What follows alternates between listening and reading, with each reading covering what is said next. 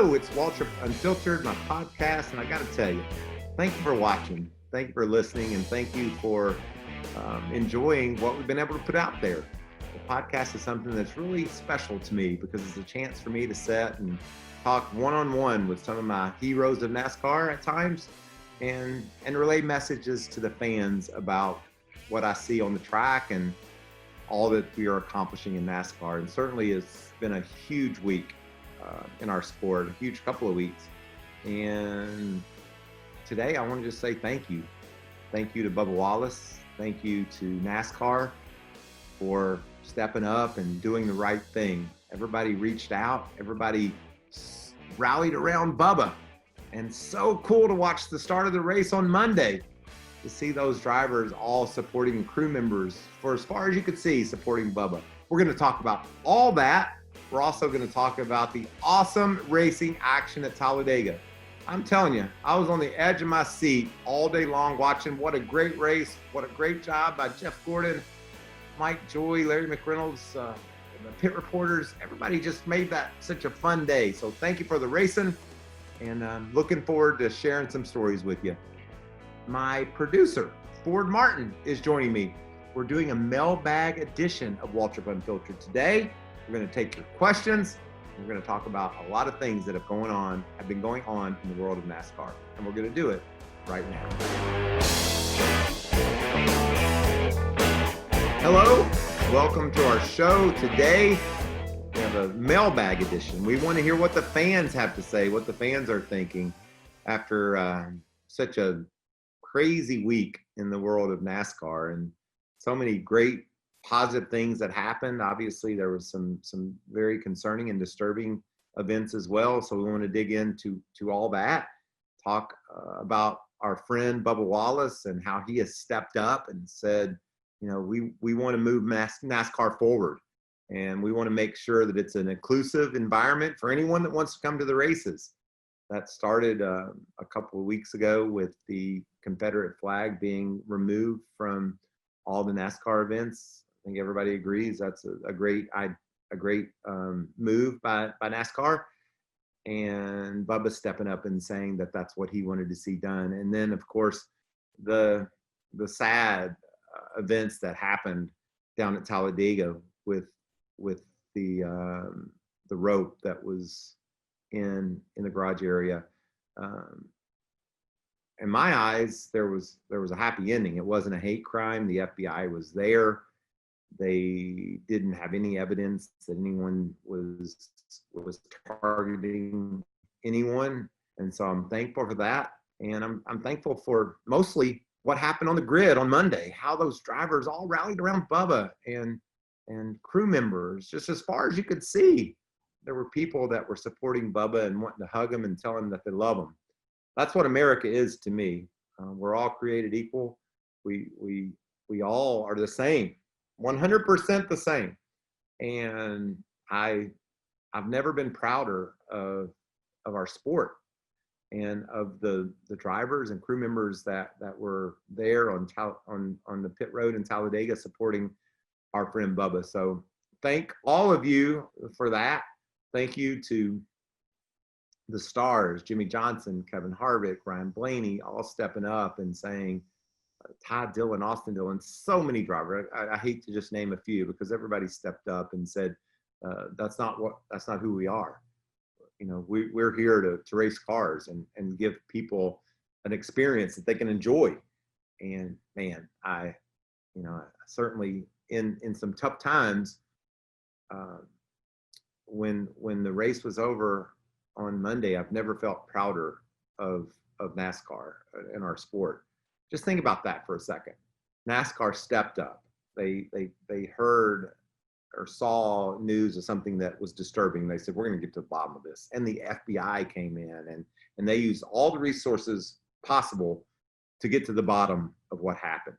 And I think that says so much about the leadership of NASCAR.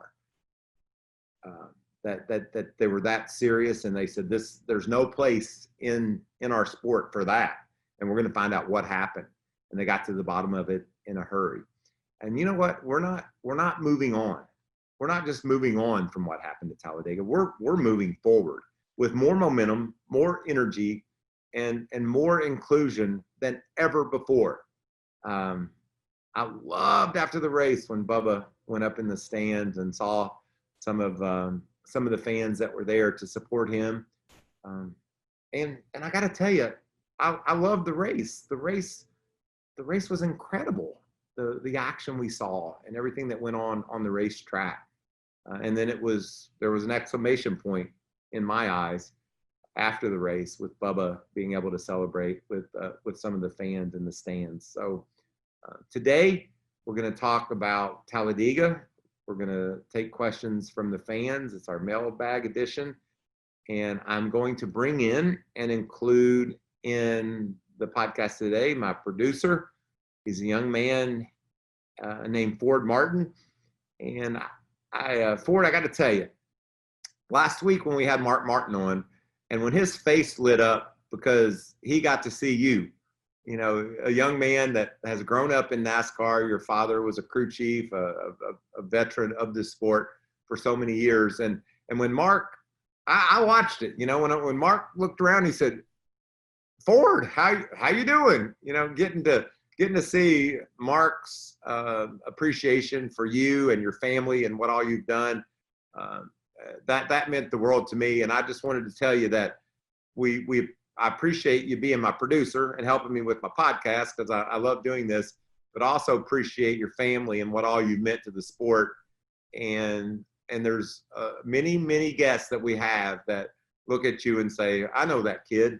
So thank you, buddy. What are our fans asking about? What are the stories that they want us to touch on here today?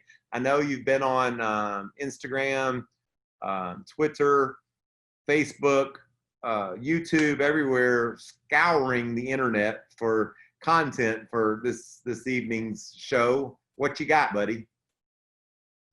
Well, we thank everybody for all the fans, whether that's on Reddit or Twitter or Facebook, using the hashtag AskMikey for all their questions. So we're going to go ahead and start with Donald Neville. And he asked, who is the best rookie in the current rookie class, and who will be the best when it's all said and done out of this class? Well, I mean, statistically, right, you have to say Tyler Reddick. Is that correct, Ford? Yeah. I mean, his numbers are the best. He's been ultra impressive. I mean, what he did in the Xfinity Series and the way he was able to conquer Homestead Miami Speedway and take that championship down, that got everyone's attention. But then when it came to Cup, and just a couple of races in, I remember it vividly out at Phoenix, driving his way through the field and running up front. He had a suspension failure or a tire failure. Something went wrong, but you said right then. And then that's what someone like me, who's raced forever, you want someone to do things that impress you.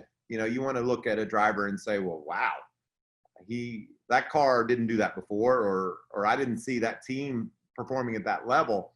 And what I love about Tyler Reddick is this show, was it a year ago or roughly maybe two? We had him on and he said, I just got to quit running into stuff. I run into stuff too much. And the funny thing about that was I guess it was a year ago.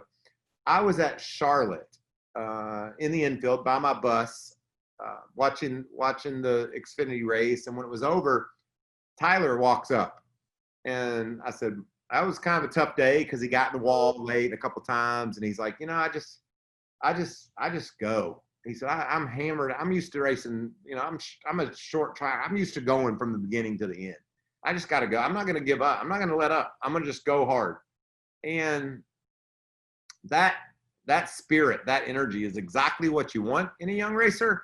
But then when you get to NASCAR, you understand that these races are 300, 400, 500 miles and 600 miles, and you can't do that every lap. You gotta let your discretion be the better part of valor. My daddy used to say that. I'm really not sure what it means, but it seems to fit right here. You've got to take it easy every now and then, and just watching Tyler understand that, figure that out on his own, and then be the guy that he is today, running up front, and not only is he running well, he's made either Austin Dillon has made Tyler Reddick better, or Tyler Reddick has made Austin better, because they're both running well. They're both showing winning speed and potential to go out and win any Sunday. So I know it's a great class. John Hunter was in contention to win Talladega. How cool was that? We've seen a lot of speed from our rookies, including Christopher Bell. I mean, they're all really good. But for me, so far, Tyler Reddick. Well, we'll go ahead and move on to our second question. This is from Gage B. And with now the Bristol hosting the All-Star race coming up here on July 15th, Mikey, he wants to know your thoughts about the car placement debate, moving from the number right in the middle of the car to the back, right in front of the rear wheel well, and having the sponsor right on the side. So what is your thoughts on that? Well, first of all, hats off to Marcus Smith. We've talked to Marcus, and had him. He's been our guest. He's a genius, and he makes me smile. When I think of Marcus, I just light up because of his spirit, because of his passion and his love for the sport. So thank you, Marcus, for moving the All-Star race to Bristol. It's going to be really fun. I had a really special moment at Bristol, a couple of them by winning the Xfinity race back years ago. And then I had one moment at Bristol where I almost, I guess I almost got killed. It's weird to say I almost got killed because I didn't even get hurt. But if you watched it, you would have said, well, that guy's dead. And that was April 7th, 1990, 4/7/90. I'll never forget it because it was horrific, the crash that I had. And just a couple of memories of that day for me was, and I tell about this in my documentary, Blink of an Eye, that's out now, that people seem to really appreciate and enjoy. But, Dale Earnhardt coming into the infield care center when everybody thought they'd seen Mikey get killed, he's like, "You're one tough son of a bitch, I'll tell you that." Dale Earnhardt, he's the toughest son of a bitch. And, him telling me that day, I'll never forget it. And just getting to race the next day, that's what racers do. You wreck, and the next day you race again. And I got to race again the next day. And then in 93, I won on Saturday. It was the first race after Alan Kwiatkowski got killed. And when I took the checker flag, I turned around and did a Polish victory lap for him in his honor. So that was special. And a lot of people don't know that, but it's special to me. And I went to Victory Lane and proposed to Buffy to marry me. And she said yes. And we have a beautiful daughter, Macy, that just graduated from the University of Michigan as a result of our marriage.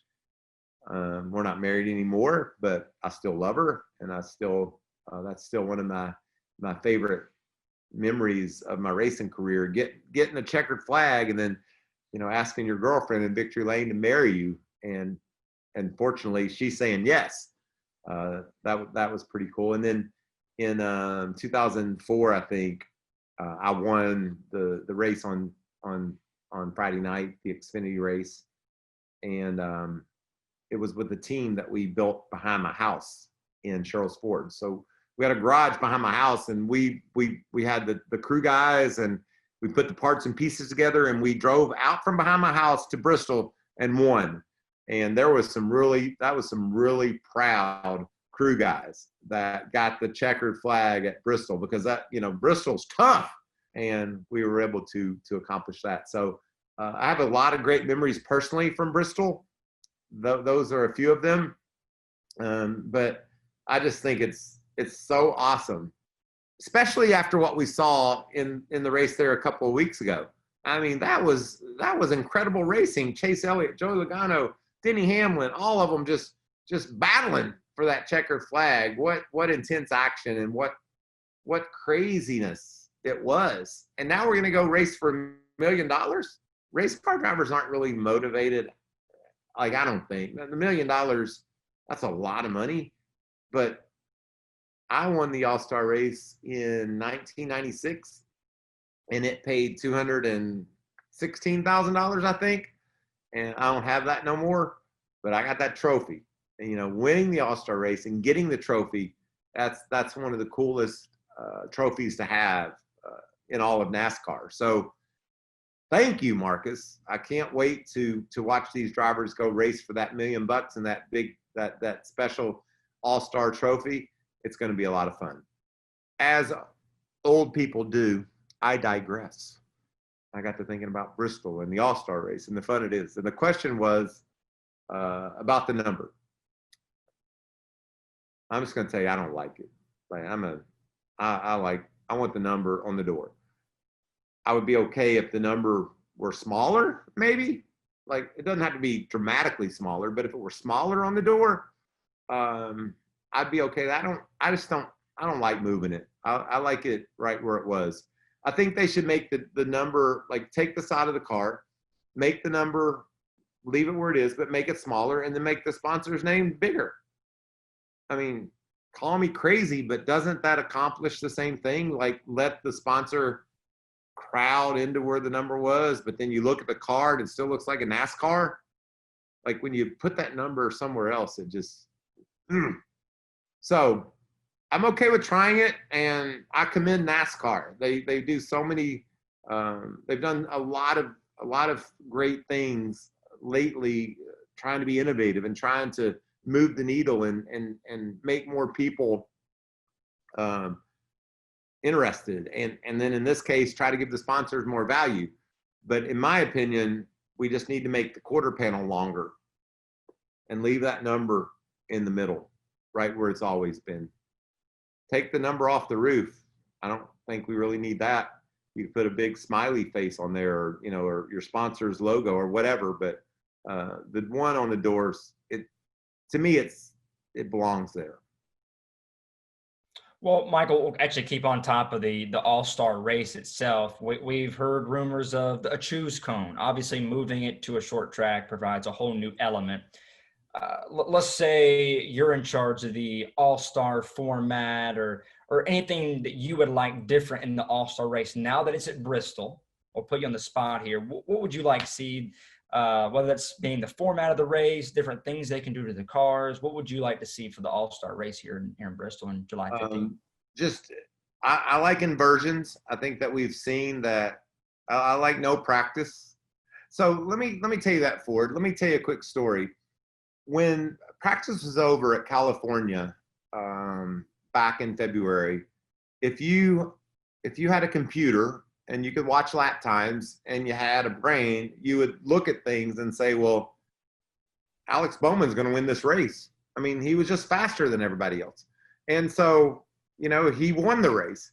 Well, if you have no practice, you there's more uncertainty. There's certainly more interesting storylines to see who does what and how it all plays out. So I like no practice. I like inversion. I don't think the fastest car should ever start up front, because, you know, that it's pretty hard to pass the fastest car. So I enjoy stage racing. I think it mixes things up. As far as the choose cone, I'm not really into that so much. I just feel like more rules. I'm just not really into more rules. I think that you know, if you come off pit road in the wrong position and you get a bad starting spot, then you just fight your way to overcome it. So I'm interested to see what all comes out on how the All-Star race is going to play out. But no practice, inversion, stage racing, all those things I think make sense to me. Well, obviously, it's going to be one fun event for the All-Star race there in Bristol. So I'm excited. I think it's going to be kind of cool, especially what we saw during the day race. Now you're going to couple it with 30,000 fans. I think obviously being the All-Star race, a short track, some fans involved, the most we've seen since the whole break. I think it's going to be a lot of fun. I think it's going to be exciting. I I do too. I got a buddy that has a suite, and I think I'm in.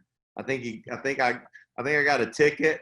We're gonna play golf in the afternoon, and then go watch the All-Star race at night. So before, I know you've gotten to know me, but you won't ever meet a bigger race fan than me. It's like you.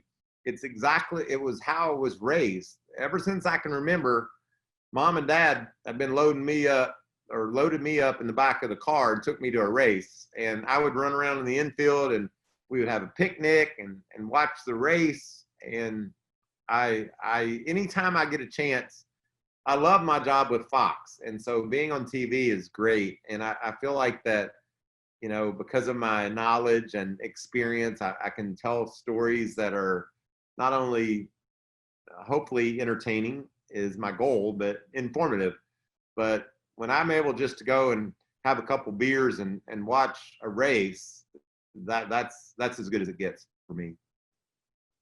Well, I think Bristol is gonna be exciting in itself. I know me and a couple of buddies we're gonna go up there and watch the race in the stands. And I think it's gonna be a blast. But obviously, Bristol itself, I used to be a part of the MRO group that used to sing the national anthem. I'm not sure if Macy was there or not, but yeah, and I'm going to challenge you. Find the picture of you and Macy. Like Macy was probably not much different age than you.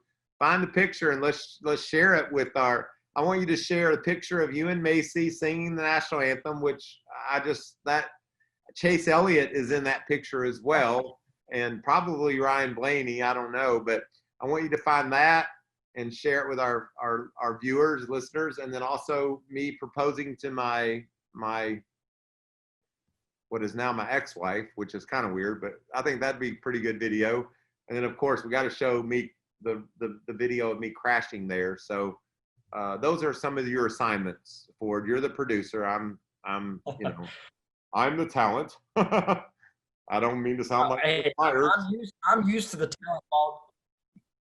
I'm used to the talent bossing me around a little bit, so I'll make sure I take that taken care of. So we'll go ahead and we'll go to the next question here. And Michael, this comes from Matt from Reddit.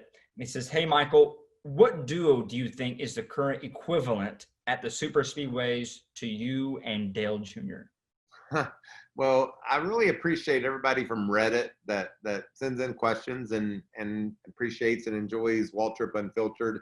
So I want to say thank you to the Reddit community, and I also want to say thank you for the memories. Remembering the run that Dale Jr. and I had. I have a book. It's called Blink of an Eye, and in it, I don't remember exactly the numbers, but there was from 2001 to 2003, whether it was Daytona, Talladega, the 125 qualifiers, or the Cup race or whatever. Like there was 8 straight races in a row that I finished, in the top 2 or 3, which was crazy. And it was because of Dale. Dale was really good on the plate races, but he appreciated and understood how hard Richard and the team worked on his number 3 car. They wanted to bring the fastest car there because they knew Dale could take advantage of the fastest car. And Dale, when he started DEI, he had that same passion to build Daytona, Talladega cars faster than the competition, put a lot of emphasis on those cars. And so we just had good cars. And for some reason, when I came to NASCAR, Daytona and Talladega, even when I didn't have a great car, even when I was with a team that wasn't contending for wins week in and week out, we could always race for wins at Daytona and Talladega. So I just had a knack for it. I don't really know why, but Dale knew that, and he knew that if he gave me a good car, I was going to go win. He told me that many times before I got to drive for him. So it takes a fast car. And right now, I guess, to answer the question, Ford, you got to look at Penske, because it just seems like Joey and Ryan Blaney, I guess specifically, and Brad as well, but those two always seem to wind up front. And so if you think about Dale Jr. and I's success, DEI was the key to that. And if you look at Ryan and Joey and the speed that they have, and Brad, Team Penske is responsible for that. So I would, if you put me on the spot and said, who is it? And even though Denny Hamlin, it doesn't seem like he needs a duo. He just seems to figure it out on his own. But I think Ryan and Joey are a couple that I would put up against anybody. And we saw the dominance of Penske there on Monday. Of course, Ryan Blaney, and when Penske especially had that bottom line working, painting the yellow line all the way around with those 3 Penske cars. And, of course, Ryan Blaney making an unbelievable save. And you can see with his bright neon gloves in there, going back and forth, holding on to that race car. I guess you can really speak to that. How difficult is that? Like that save that he made, I mean, for newcome fans, you're like, oh, okay, that's a pretty good save. But talk about how difficult that is. Well, it happens at 200 miles an hour. So you have to multiply it for the normal person that drives down the road by about 4. And you just have to appreciate the skill and the talent. And then also, I think it was from my eye. I talked to Denny Hamlin today, and I said, from my eyes, it looked like Ryan Blaney said, sorry, Eric, I'm just going to have to run into you. If I'm going to win this race, I'm going to have to knock you out of the way. And they're playing bumper cars at nearly 200 miles an hour coming to the checkered. And Ryan, I think you could hear it in his voice. You know, he kind of felt bad about running Eric out of the way. But, you know, they're just using everything, every tool they have to get to the checkered flag. And Ryan Blaney, he could see Jones coming. He's like, darn, I hate to do this, but bam, you know, that's just how you race these days. And I enjoyed that race tremendously. And I, having won at Talladega before, I really respect and appreciate these drivers doing everything they can to get to victory lane, because, you know, it's just that it's a big deal. Don't ever discount a guy winning anywhere, and whether it's Talladega or Bristol or Charlotte, it's hard, and I don't think it's ever looked any harder than it did Monday evening at Talladega. That was crazy. On to the next question here. This comes from CJ Herson in Connecticut, and he wants to know something a little about you, about this whole grid walk, and where did it come from? Whose idea was it for it to be you? Talk a little bit behind that right there. Well, that's unfortunate, because I write a lot of stuff down, because I realize I'm getting older and I forget a lot of stuff. Plus, there's the whole multiplier of me running into concrete walls back in the 90s. So I don't remember who came up with it, but they said, you know, just go down there and see if you can interview some drivers. And so I did that, and, you know, it seemed to be pretty funny and unpredictable and certainly unrehearsed. And there's been some great moments, certainly moments that I won't forget. The one that I hear about maybe most was when I dropped that taco on Denny's car. See, here's what happened there for that wasn't 100% my fault, because I ordered hard shell tacos from the taco stand there at Texas, and they brought me soft shells. So when I grabbed it, you know, obviously I thought the shell would hold the meat and the cheese, and then it was soft and it fell out. And then I got to hang out with the Migos at California. They got rap songs, and they were really funny and fun. And you know, I got to 50 Cent said he's gonna kiss me if I won the race. That was a great moment. Then,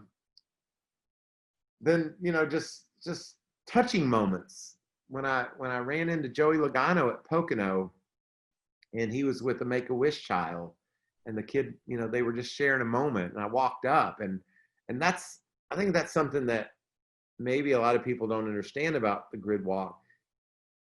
Yeah, you have to be perceptive. You have to be looking to see what's happening. You don't want to come around the corner of the car and Joey's having a special moment with a priceless, precious child that's having a great day and be goofy. You got to be soft. You got to look and appreciate what you see. And so, just getting to stand beside the stars of the sport and have them not prepared or rehearsed for whatever's going to happen, whether it's funny, it's emotional, whatever it is, serious. I try to be serious sometimes, and those moments they mean a lot to me. I really appreciate Fox letting me do it, and I'm looking forward to my next grid walk. I don't know when it's going to be, but I'm certainly looking forward to being down on the grid and getting to see the drivers again. I think it gives the fans at home a chance to maybe a little bit more than normal to see that these racers are just like them. They're just dudes, blessed to get to do something they love, and that means the world to me. Well, hopefully we have you back. I know Fox only has a limited amount of races left here, so hopefully we can get you back. Maybe the Daytona 500 of next year. I think that'd be pretty special to have. But we'll go ahead and ask another question here. This comes from Justin in Lynchburg, Virginia, and we saw Richard Petty at the racetrack on Sunday, so it made him think: is there a story not many people know about Richard Petty that you love hearing about Richard, or just an all-time great story that you know about Richard that really not many people know about? Well, yes, and it involves me. I lived in Kentucky in 1984. I was the 1983 NASCAR Dash Series champion. I lived in Kentucky, and I drove back and forth to North Carolina, and I won the Dash Series championship in 1983. I guess if you looked at the Dash Series now, maybe it's the equivalent of the K&N. I don't know. We ran a lot of the same tracks that the NASCAR Cup Series stars ran. It was actually when it was first created, it was called the Baby Grand Series, and it was the Cup Series back then was the Grand National Series, and so it was called the Baby Grand Series because they were just like small 4-cylinder cars, like the big guys, but baby. And so in '83 I won that championship, and in '84 my funding ran out, like any other racers does, I guess. And I ran a few races, but I won a couple, but not many. And I needed to get to North Carolina, and I had a sponsor, a Comfort Coach. They built customized vans, and they gave Richard Petty a van. And he put his picture on their advertising. That's the way things work. And the owner of Comfort Coach said, we got to get Mike to North Carolina if he's going to get a Cup ride, or if he's going to get a NASCAR. So I moved in with Kyle Petty because Kyle had to deal with him as well. And after about 3 or 4 months, Kyle, I think he kicked me out. I couldn't keep my room clean. I didn't get up early in the morning. I don't remember what the problem was, but I got kicked out. And about the day I think I got kicked out, Linda Petty, who is Richard's beautiful, wonderful wife, God rest her soul, she saw me in the parking lot at Petty Enterprises because Kyle had given me a part-time job there. And Linda said, would you like to come live with Richard and I? Because we live closer to Petty Enterprises, and it wouldn't be that long of a drive, and I think that would be better for you. And so I said, yeah. So I moved in with the King, and Miss Linda, and we would like, I never got to spend any time with my brother. Like Daryl, he moved off. He was 16 when I was born, so he moved off to be a race car driver when he was 16. So I never saw him, and I never got to sit on the couch and listen to Daryl tell me about racing. But I lived with Richard Petty, and Richard Petty would come home from the race on Sunday, and I'd be sitting there on the couch waiting for him to get there. And he would tell me stories about, the day and how he raced and what he thought. And it molded me. It gave me direction. It gave me a sense of what it took to be successful. So I hate to think what my racing career would have been like without the influence of Richard Petty. And not only his direction and his insight, but just he kind of took me under his wing, and he said, I'll help you understand how to do this. And obviously I was able to win a few races and have success, and I don't think I could have had that without Richard. And let me just tell you this, Ford. So 1984, right? I'm sitting on the couch watching Johnny Carson with Richard Petty, or we're watching VHS, or no, I think it was VCR. We're watching tapes of races, and fast forward to 2019, we released a documentary called Blink of an Eye, and it was about my career and me winning Daytona and us losing Dale. And the premiere for this documentary was held in New York City. And I get a little emotional, but we're in New York City, and Monster Energy, they produced it and paid for making it because they thought it was an awesome story. And we're in New York City, and Richard Petty and I are sitting in the theater side by side watching my documentary. Go back to 1984, and I when I first got a real taste of NASCAR, starting to understand what it was, I was on the couch sitting beside Richard Petty watching NASCAR.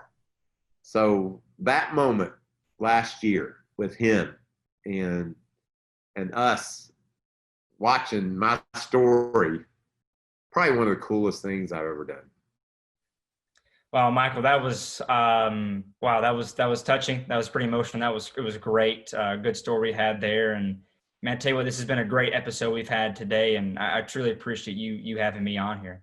Well, I enjoyed talking with you. Appreciate your history, your knowledge of the sport, and I love sharing these stories. So, Ford, keep up the good work. Keep pushing those buttons on the computer, getting them questions from our fans, and helping me to have this podcast, because it's something that I dearly love, and I couldn't do it without you. Wow, that was fun. I really appreciate enjoying those stories. Appreciate my producer, Ford Martin, being on board with me, helping me to go down memory road a bit and then answer the fans' questions. Getting your input and understanding what's interesting to you is something that is near and dear to our heart. Be sure to tell your friends that they can join Waltrip Unfiltered via their favorite podcast app. We're also on all of Fox Sports social media channels, whether it's YouTube, Facebook, Instagram, we're there. So appreciate you enjoying another and watching another of my podcasts, and I can't wait for next week. What's next? Who knows? See you soon. For more great NASCAR on Fox content, subscribe to our channel. It's somewhere right around here.